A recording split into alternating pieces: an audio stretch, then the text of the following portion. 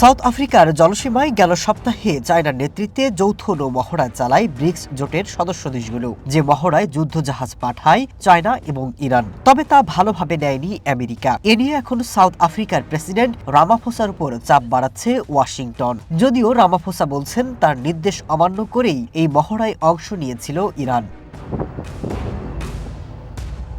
বর্তমানে ব্রিক্স জোটে রয়েছে Brazil, China, Egypt, Ethiopia, Bharat, Indonesia, Iran, Russia, south Africa এবং আরব আমিরাত। জোটের সদস্য দেশগুলো বলছে এই মহড়া কেবল সামরিক অনুশীলন নয়, বরং ব্রিক্স দেশগুলোর পারস্পরিক সহযোগিতা জোরদারের অঙ্গীকারের প্রতীক। তবে এই মহড়া থেকে নিজেদের দূরেই রেখেছিল ব্রিক্সের চেয়ারম্যান ভারত।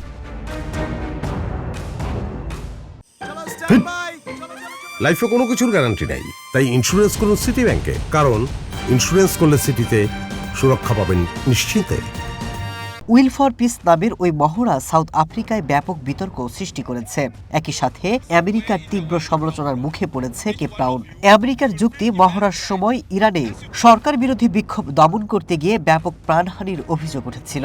এমন অবস্থায় ইরানকে স্বাগত জানানো সাউথ আফ্রিকার মানবাধিকার অবস্থানের সাথে সাংঘর্ষিক। মহড়ার আগে রামাফোসাকে সতর্ক করেছিল আমেরিকা। এরপর 9 জানুয়ারি প্রেসিডেন্ট ইরানকে মহড়া থেকে বাদ দেওয়ার নির্দেশ দেন। কিন্তু এর আগে সাউথ আফ্রিকায় পৌঁছে যাওয়া 3টি ইরানি যুদ্ধজাহাজ মহড়ায় অংশ নেয়। এমন অবস্থায় সাউথ আফ্রিকার প্রতিরক্ষা দপ্তর জানায়, প্রেসিডেন্টের নির্দেশ যথাযথভাবে জানানো হয়েছিল কিনা এবং তা উপেক্ষা করার বিষয়টি খতিয়ে দেখতে একটি বোর্ড গঠন করা হয়েছে।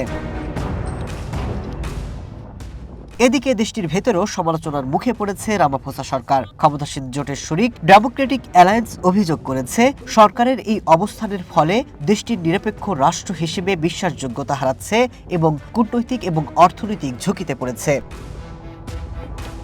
Masud Rana, one international desk.